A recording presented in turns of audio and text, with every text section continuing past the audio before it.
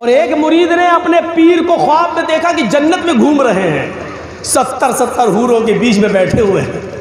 हमारे पीर साहब जन्नत के शहद और दूध की नहरों में गोते लगा रहे हैं। सुबह आँख खुली उनकी, कहने लगे अपने पीर साहब को जाके खुशखबरी सुना दूँ कि अरे तुम तो जन्नती आदमी हो। जैसे ही पीर साहब गए, पीर साहब के घर मुरीद गया, उसने दरवाजे को दस्तक दी तो क्या देख रहा, अंदर आवाज़ें आ रही हैं, तड़ा तड़ा तड़ा तड़ा।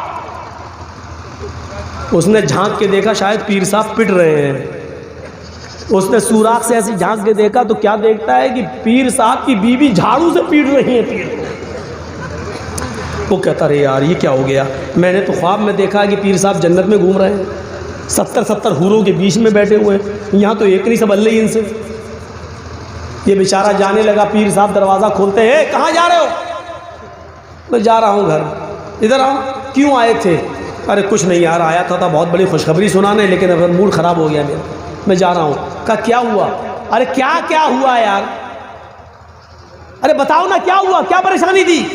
अरे कुछ नहीं पीर साहब, रात में मैंने ख्वाब में देखा था कि 70 हूरों के बगल में आप बैठे, वो इधर से बोसा ले रही है, वो इधर से पकड़ रही है, और आप मस्त हैं, दूध की और शहद की नहरों में गोते लगा रहे हैं, जन्नत की नेमतों से मुस्तफीद हो रहे हैं। मैंने सोचा कि आपको खुशखबरी सुना दूं, यहाँ देख रहा हूँ कि आप झाड़ू से पिट रहे हैं, इतना बुरा हाल आपका। तो पीर साहब हार मानने वाले कब हैं? पीर साहब ने कहा मेरे मुरीद, तुमने ख्वाब तो बिल्कुल सही देखा, ख्वाब में मैं ही था। कहा तुम थे? यहाँ झाड़ू से पिट रहे हो, मैं था। कह रहे सुनो तो पहले, तुमने ख्वाब में जो मुझे देखा जन्नत में, वो बिल्कुल सही देखा, वो अल्लाह ने मुझे ही को जन्नत दी है, लेकिन वो जन्नत मिली कैसे वो तुम्हें मालूम है? कहा मैं क्या जानूं। कहा अपनी बीवी के हाथ से रोज झाड़ू से पिटता हूं और उसी पर सब्र करता हूं, इस सब्र के बदले में अल्लाह ने मुझे जन्नत दी है। पीर साहब हार मानने वाले कब हैं? मौलवी और पीर कभी हार मानता है? कभी नहीं मानता। वो कौवे और कबूतर वाला चुटकुला सुने हैं ना आप? एक शिकारी के जाल में कौवा भी फंस गया और कबूतर भी फंस गया। तो कौवा भी रो रहा था कां कां कां, कबूतर भी गुड़ गुड़ गुड़ फंस गया। तो कौवे को गुस्सा आया, कौवे ने कहा चुप, गुड़ गो करते करते कान पका दिए मेरे। तो कबूतर बोला तू भी तो कांव कांव कांव कांव कर रहा है, तूने तो मेरे कान पका दिए। तो कौवा बोला मैं तो इसलिए रो रहा हूं कि मैं कबूतर बोला अरे मैं तो इसलिए रो रहा हूं कि मैं तो हलाल हूं, और ये शिकारी मुझे जाल से निकालेगा और काट के ज़िबा करके खा जाएगा, मुझे तो कटना ही कटना है, इसलिए मैं रो रहा हूं। तूने कांव कांव कांव कांव करके मेरे कान काय पका दिए। चुप। कौवा बोला मैं तुमसे ज्यादा परेशान हूं। कबूतर बोला मुझसे ज्यादा परेशान हो? अरे तू तो हराम है, तुझे तो जाल से निकाल के उड़ा देगा शिकारी, तेरा क्या करेगा? या पिंजरे में बंद कर देगा तो खाना पानी देगा, तू कटेगा थोड़ी, हमें तो कटना है। कौवा बोला चुप, कटना है कटना है, ये जाल किसी जाहिल का नहीं है जिसमें हम फंसे हैं, ये एक मौलवी साहब का जाल है जिसमें हम फंसे हैं। कबूतर बोला क्या कि हाँ? तो कबूतर ने पूछा कि मौलवी साहब का जाल हुआ तो क्या हुआ? करे मौलवी पे कोई भरोसा नहीं, कब कौवे को भी हलाल का फतवा दे के काट के खा जाए। मैं तुमसे ज्यादा परेशान हूं, तुमसे ज्यादा परेशान हूं। मौलवी कभी हार मानता नहीं, पता नहीं कब फतवा दे दे कौवा भी हलाल है, या ये कह दे काला कौवा हलाल है, या ये कह दे कि 2 पैर वाला कौवा हलाल है। उसका कोई भरोसा नहीं, कब हलाल का फतवा दे और हमको काट के खा जाए। मौलवी पीर कभी नहीं हारता, कभी नहीं, सब परेशान है इनसे।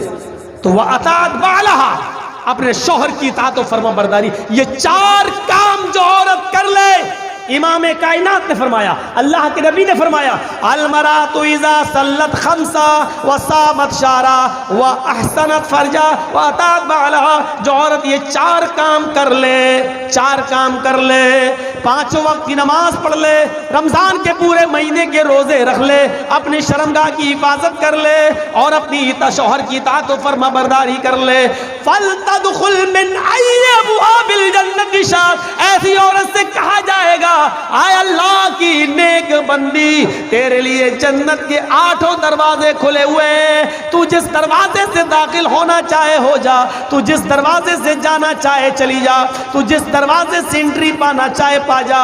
तेरे लिए जन्नत के 8 दरवाजे खुले हैं। मेरी माँ बहनों, लो तुम्हारे लिए ये 4 काम करने पर अल्लाह के रसूल फरमाते कि जन्नत में एंट्री मिल रही है तुम्हें। 5 वक्त की नमाज पढ़ लो, रोज़ा रख लो, शौहर की इताअत कर लो, शर्मगाह की हिफाजत कर लो, जन्नत में दाखिल हो जाओ। ये जन्नत में जाने का एक रास्ता है।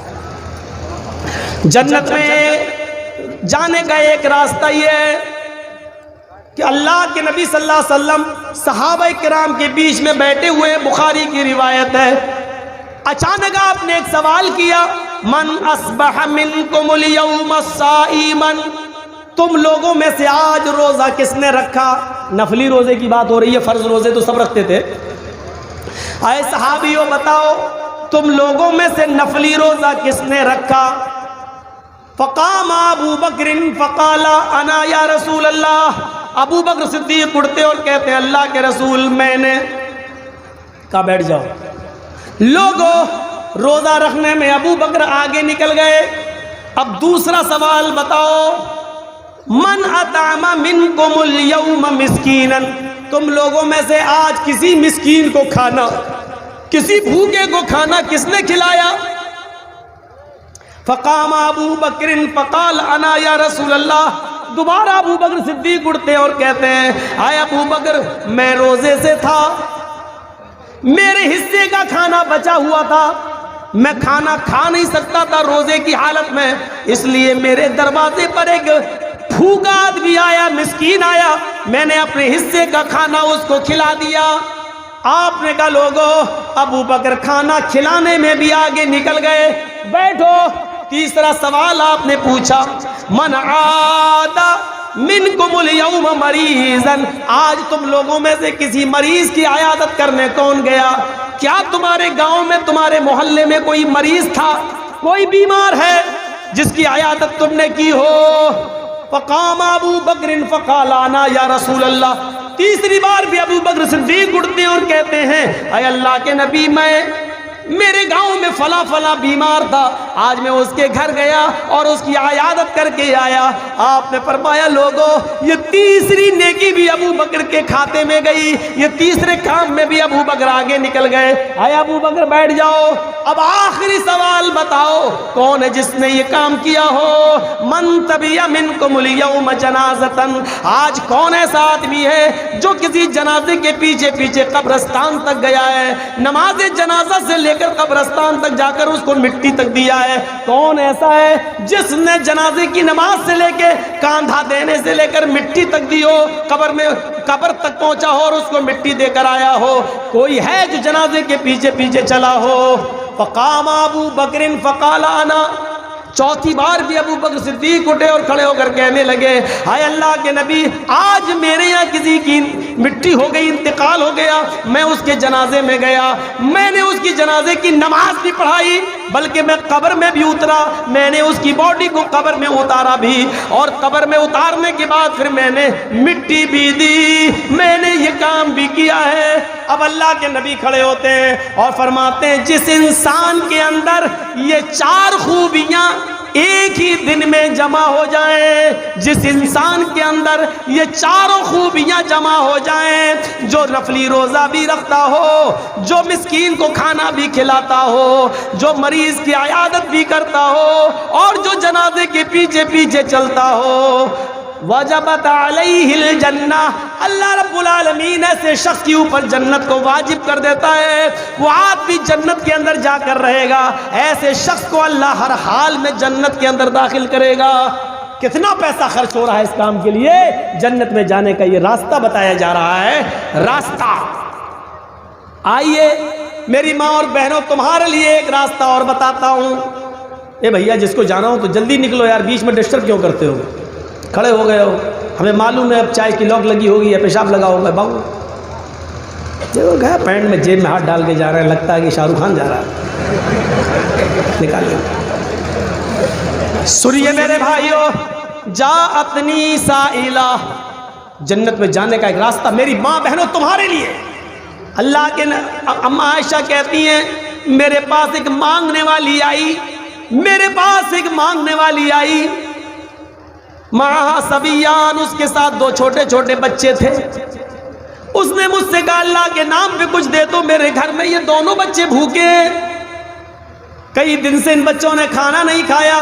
मेरे पास एक खजूर रखी हुई थी। हजरत आयशा कहती है, बुखारी की रिवायत, मेरे पास एक खजूर रखी हुई थी, मैंने वो खजूर उतारी और मैंने उस मांगने वाली को वो खजूर दे दिया। उस औरत ने उस खजूर के दो टुकड़े कर दिए। उस औरत ने उस खजूर के दो टुकड़े किए, एक टुकड़ा इस बच्चे को दे दिया, एक टुकड़ा इस बच्चे को दे दिया। दोनों बच्चों ने अपने अपने खजूर टुकड़े खा लिए और इस माँ ने सिर्फ पानी पिया और आगे बढ़ गई। ये तो है बुखारी में, ये तो है बुखारी में। मुस्लिम में ये है कि मेरे पास 3 खजूरें थी।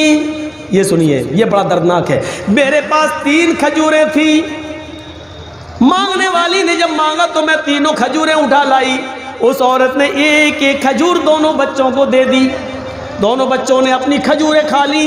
एक खजूर जो मेरे पास बची, मैं उसको खाने जा रही थी। अम्मा आयशा कहती है कि मैंने उस औरत को देखा, जैसी वो औरत उस खजूर को अपने मुंह में रखने के लिए जा रही थी, बच्चे भूखे थे, अपनी अपनी खजूर खाने के बाद वो माँ की खजूर पर झपट पड़े, माँ ये मुझे दे दो। दूसरा कहता माँ ये मुझे दे दो। माँ की ममता लाड में आ गई, जोश मारने लगी। माँ खुद भूखी रह गई, लेकिन उसने किसी एक बच्चे के साथ बेइंसाफी नहीं की। उसने उस खजूर के 2 टुकड़े कर दिए, आधा इसको दे दिया, आधा इसको दे दिया। मुस्लिम में 1 खजूर तो आधा आधा दे दिया, और बुखारी में 1 खजूर तो आधा आधा दे दिया, और मुस्लिम के अंदर 3 खजूर थे, एक एक दे दिया, एक अपने लिए रखा। लेकिन बच्चों ने जब झपटा तो माँ ने उसको भी आधा आधा कर दिया, और आधा इसको दे दिया, आधा इसको। यानी बच्चों के हिस्से में 1.5 खजूर आ गई, और माँ खुद भूखी रह गई। पानी पिया हजरत आयशा ने दिया और वो चल दी। अल्लाह के रसूल जब घर में आए, हजरत आयशा ने पूरा वाक़या बता दिया। ऐसी ऐसी औरत थी, 2 छोटे छोटे बच्चे थे। अल्लाह के रसूल, वो 3 खजूरें मैं आपके खाने के लिए रखी हुई थी, कि आप भूखे आएंगे तो आपको दे दूंगी, लेकिन उस बच्चों की भूख हम पे देखी नहीं गई, इसलिए मैंने उसको 3 खजूरें दे दी। कहा बहुत अच्छा किया आयशा। अल्लाह के नबी, उस औरत ने उन दोनों बच्चों को 1 खजूर दे दी और 1 खजूर अपने लिए रख ली थी। जैसी वो मुंह तक ले गई, बच्चे उसके खजूर पर झपट पड़े। माँ की ममता जोश में आई। अल्लाह के नबी, माँ ने अपनी खजूर के भी 2 टुकड़े करके आधा आधा दे दिया। अल्लाह के रसूल ने कहा, आयशा क्या तुमने ये मंजर अपनी आंखों से देखा है? हाँ। क्या उस औरत ने खुद कुछ नहीं खाया है? कहा नहीं। क्या उसने बच्चों को खिला दिया है? हाँ। अल्लाह के रसूल कहते हैं, आयशा कयामत के दिन तुम्हें गवाही देना पड़ेगी। हाँ, मैं गवाही देने के लिए तैयार हूं, मैंने ये मंजर देखा है।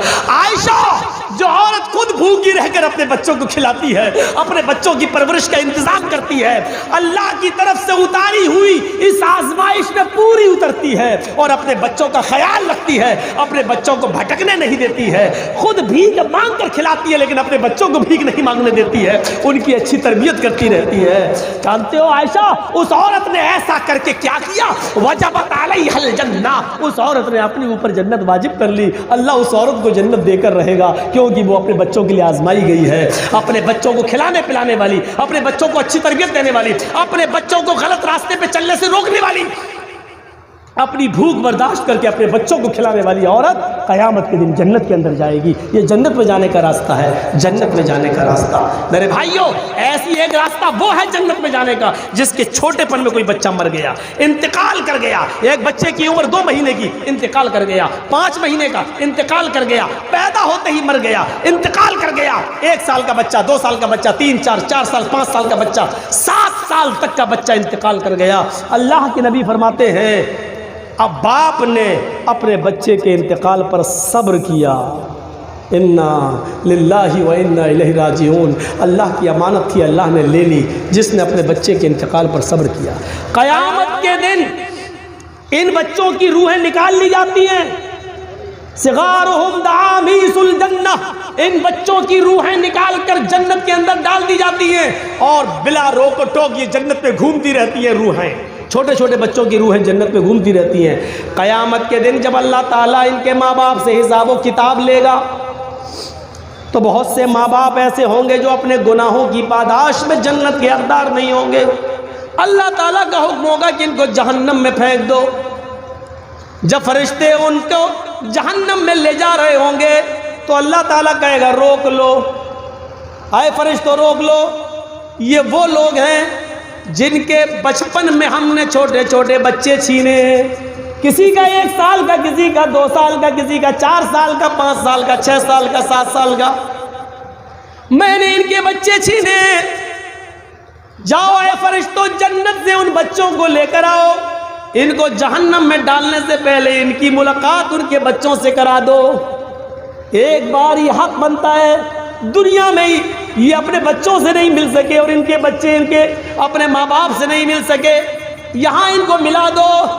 जन्नत से जैसे उन बच्चों को लाया जाएगा और कहा जाएगा ये तुम्हारे माँ बाप हैं, तुम अपने माँ बाप से मिल लो। वो बच्चे खुशी खुशी अपने माँ बाप से मिलेंगे, काफी देर तक अपने माँ बाप से बातें करते रहेंगे। फिर हुक्म होगा इन बच्चों को जन्नत में डाल दो और इनके माँ बाप को जहन्नम के अंदर ले जाओ। जैसे ही उनके माँ बाप को जहन्नम में ले जाने का हुक्म होगा, ये कहेंगे अरे फरिश्तों मेरे माँ बाप को कहाँ ले जा रहे हो?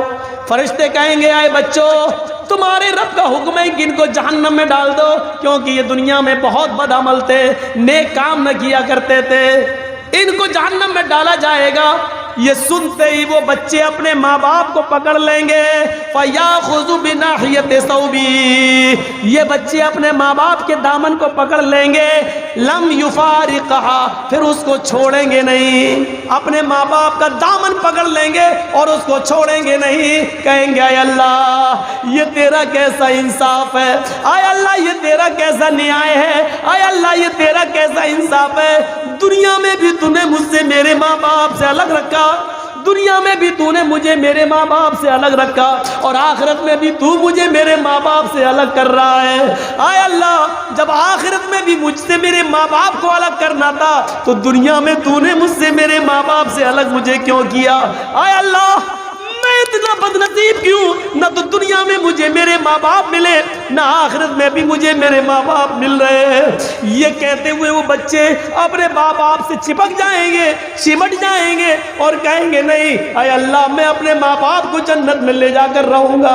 अल्लाह रब्बुल आलमीन कहेगा आए फरिश्तों इन मासूम नौनिहाल बच्चों की आरज़ुओं को और तमन्नाओं को मैंने पूरा कर दिया है। जाओ आए छोटे छोटे बच्चों, तुम अपनी तमन्नाएं लेकर आए हो, जाओ तुम अपने अपने माँ बाप की उंगली पकड़ो और उनको अपने साथ जन्नत के अंदर लेकर जाओ। मैंने तुम्हारी वजह से तुम्हारे माँ बाप को बख्श दिया है, तुम्हारी वजह से तुम्हारे माँ बाप को जन्नत दे दी है। जाओ आए बच्चों अपने माँ बाप को जन्नत के अंदर ले जाओ, हाथ पकड़ लो अपने माँ बाप का और जन्नत में ले जाओ।